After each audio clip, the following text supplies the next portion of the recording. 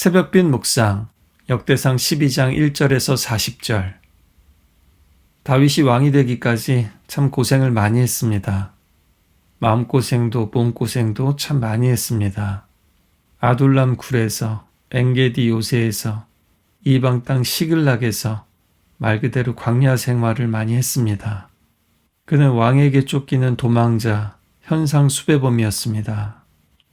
그런데도 시간이 지나면 지날수록 한 사람씩 두 사람씩 다윗에게 모이기 시작했습니다. 창을 든 자들, 방패를 든 자들, 활을 당기는 자들, 싸움에 능한 자들, 또 백성들의 사기를 진작시키고 리더십을 가진 지도자들이 몰려들었습니다. 마치 사울의 배신으로 슬퍼하는 사무엘에게 하나님께서 나타나셔서 내가 이새의 아들 중에서 한 왕을 보았노라 한 것처럼 이제는 흩어진 여러 지파의 지도자들이 한 왕을 발견합니다. 다윗에게는 아직 보좌도 또 왕궁도 없지만 하나님의 영과 약속이 있었기 때문입니다. 그리고 또한 그는 하나님의 마음과 목자의 심령을 가지고 있었습니다. 오늘 등장하는 사람들은 모두 그것을 알았습니다. 하나님의 손이 다윗과 함께 있고 지금이 바로 그들이 다윗을 도와야 될 때라는 것을요. 세상이 또 세상 정치가 말하는 별의 순간과는 정말 너무너무 다른 겁니다. 16절에 나오는 이야기도 다윗이 어떤 사람인지 또 다윗을 따르는 사람들도 어떤 사람인지를 잘 보여주는 장면입니다. 베냐민 지파와 유다에서 다윗을 돕겠다고 왔는데 아무래도 사울 지파에 속한 베냐민 지파다 보니까 아마 현상금을 노리거나 다윗을 팔려고 온 게 아닌가 의심이 들 수 있습니다. 그럼에도 다윗은 너희들이 평화로이 돕고자 하면 우리가 한 팀이 될 것이고 대적해서 넘기고자 하면 하나님께서 감찰하시고 책망하시기를 원한다고 합니다. 그때 성령이 아마새를 감쌌다고 합니다. 그러면서 그는 우리는 당신에게 속했다고 하면서 당신에게 그리고 당신을 돕는 자들에게 샬롬이 있을 거라고 말합니다. 왜냐하면 하나님이 당신을 도우시는 자이기 때문입니다. 라고 말합니다. 사울 지파의 사람들까지도 다윗의 말에 감동하고 또 성령에 감동한 겁니다. 우리가 하나님의 방식을 선택하고 하나님이 원하시는 말을 하고 하나님께 맡기면 하나님께서 책임지십니다. 다윗도 이렇게 속고나 위험한 일을 정말 많이 당했죠. 하지만 그때마다 다윗은 하나님을 의지했고 이건 일어날 일이 일어난 것이다. 그리고 저 악인은 내가 처단하지 않아도 하나님이 알아서 처단해 주실 것이다. 라는 믿음이 있었고 그렇게 행동했고 정말 하나님께서도 그렇게 해주셨습니다.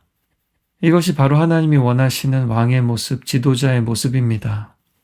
또 다윗을 따른 사람들도 지파의 이익에 연연하지 않고 하나님의 기름 부으심과 성령의 감동을 따르기로 한 사람들이었습니다.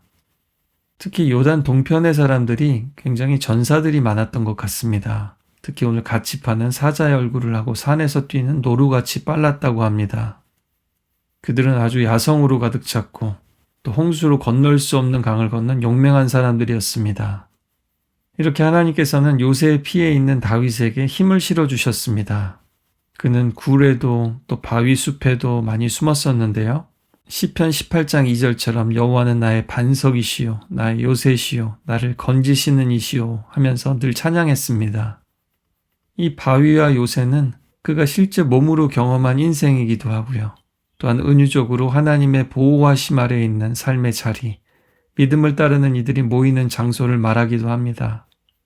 왕궁에 있는 것이 중요한 것이 아니라 고난이 있어도 하나님의 요새 속에 사는 것이 진짜 안전한 인생이라는 겁니다. 다윗은 이렇게 인생으로 시를 쓴 사람이죠. 32절에 이사갈 자손도 시세를 알고 이스라엘이 마땅히 행할 것을 아는 우두머리들이라고 표현합니다. 단순히 용맹하고 충성심이 높다고 되는 것이 아니라 이렇게 하나님의 때를 아는 사람, 하나님의 섭리와 경륜을 아는 사람들이 하나님의 구원의 이야기에 동참하고 쓰임받게 됩니다. 지금 이 시간이 위기인지 기회인지 또 기다려야 될 때인지 나서야 할 때인지 머물 때인지 떠날 때인지 아는 것, 시대와 상황에 흔들리면 이것을 판단할 수 없습니다. 오직 하나님의 말씀과 성령의 조명을 통해서만 우리는 이것을 분별할 수 있습니다. 여기에 따라 우리의 인생과 공동체의 운명이 얼마나 달라지는지요. 사람들은 어떻게 해서든지 시대에 또 시류에 뒤처지지 않으려고 촉각을 곤두세웁니다.